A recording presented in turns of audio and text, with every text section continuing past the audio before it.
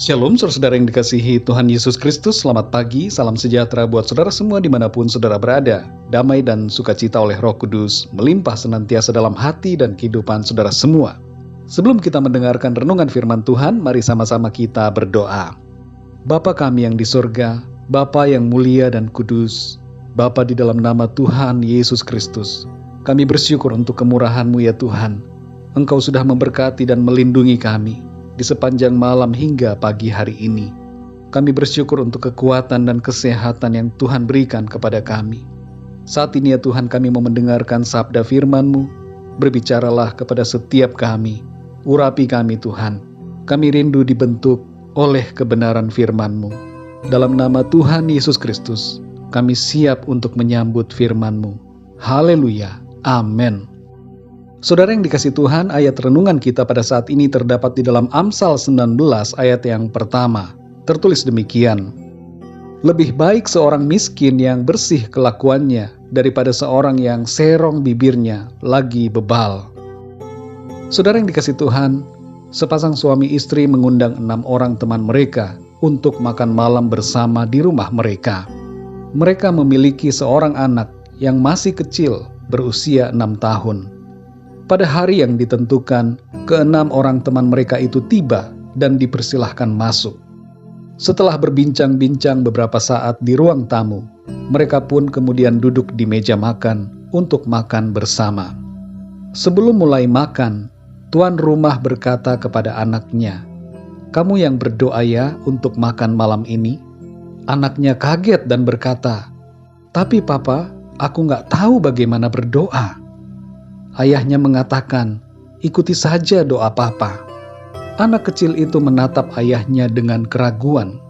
Mereka pun semua mulai berdiam dan menunggu anak kecil itu berdoa.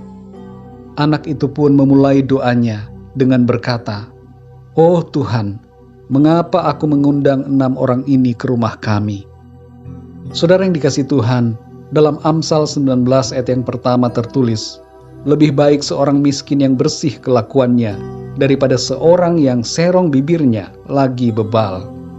Ayat ini saudara, sebenarnya terjemahannya adalah demikian. Adalah lebih baik orang miskin yang berjalan dalam integritasnya daripada seorang yang jahat dalam ucapannya dan yang menipu. Integritas di sini mengandung arti sikap yang jujur dan tulus, di mana ucapan mulut selaras dengan isi hati dan perbuatan. Tuhan menghendaki sikap yang demikian saudara. Setiap kita orang-orang yang percaya hendaknya menjadi orang-orang yang jujur dan berintegritas. Mulut kita tidak menipu, isi hati kita tidak berlainan dengan ucapan kita. Sebagian dari kita punya budaya sungkan yang mengakibatkan tidak enak mengucapkan pendapat yang sebenarnya. Seharusnya saudara, kita dapat tetap mengatakan kejujuran dengan cara yang baik.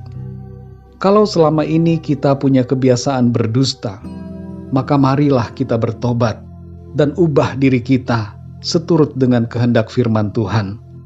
Dalam Kolose 3 ayat yang ke-9 tertulis, "Jangan lagi kamu saling mendustai, karena kamu telah menanggalkan manusia lama serta kelakuannya." Dusta merupakan sifat iblis, karena iblis adalah bapa dari segala dusta. Kalau kita masih suka berdusta, berarti kita belum hidup dalam kebenaran. Setiap kita yang ada di dalam Kristus adalah ciptaan yang baru. Kita telah menanggalkan manusia lama kita, beserta dengan kebiasaan-kebiasaan lama yang tidak berkenan kepada Tuhan. Saudara yang dikasihi Tuhan, dalam Amsal 10 ayat yang ke-9 tertulis, "Siapa bersih kelakuannya, aman jalannya, tetapi siapa berliku-liku jalannya akan diketahui." Ayat ini lebih jelasnya berbunyi demikian, "Siapa yang berintegritas akan aman hidupnya, tapi siapa yang berlaku jahat dan menipu akan diketahui." Jadi saudara yang dikasihi Tuhan, siapa yang menjaga hidupnya jujur dan tidak menipu, yang tulus, selaras antara ucapan mulut, hati dan perbuatan, hidupnya akan aman. Sebaliknya saudara, orang yang tidak tulus, yang suka menipu, berbohong, pada suatu saat kebohongannya akan diketahui, dan hal itu akan membawa kerugian baginya.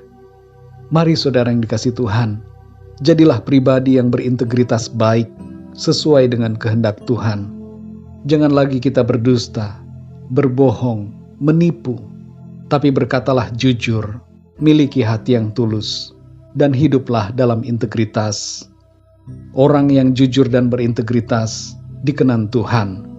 Tuhan menyediakan pertolongan dan menjadi perisai bagi orang-orang yang hidup dalam integritas. Mari kita berdoa saudara.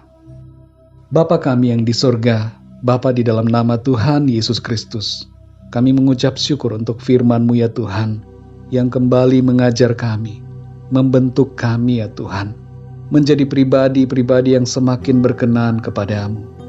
Terima kasih ya Tuhan. Hari ini kami belajar untuk hidup dalam integritas.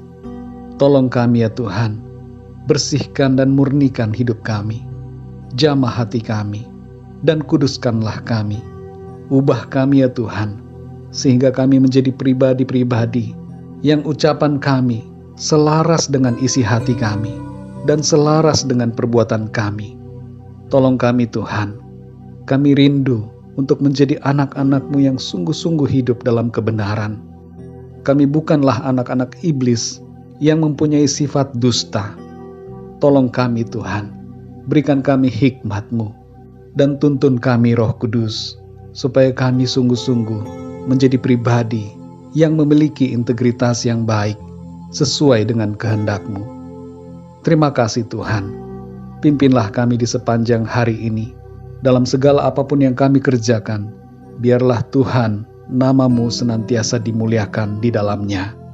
Kami berdoa untuk yang sedang mengalami sakit, sembuhkanlah ya Tuhan, jamahlah dengan kuasa-Mu, alirkan kuasa kesembuhan di dalam tubuh mereka, dan sembuhkanlah ya Tuhan dengan sempurna.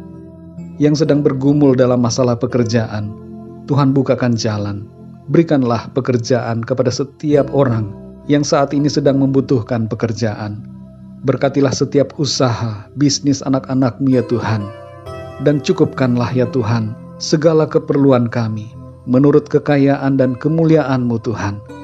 Terima kasih ya Bapa, kami bersyukur dan serahkan semuanya ke dalam tangan kasih-Mu.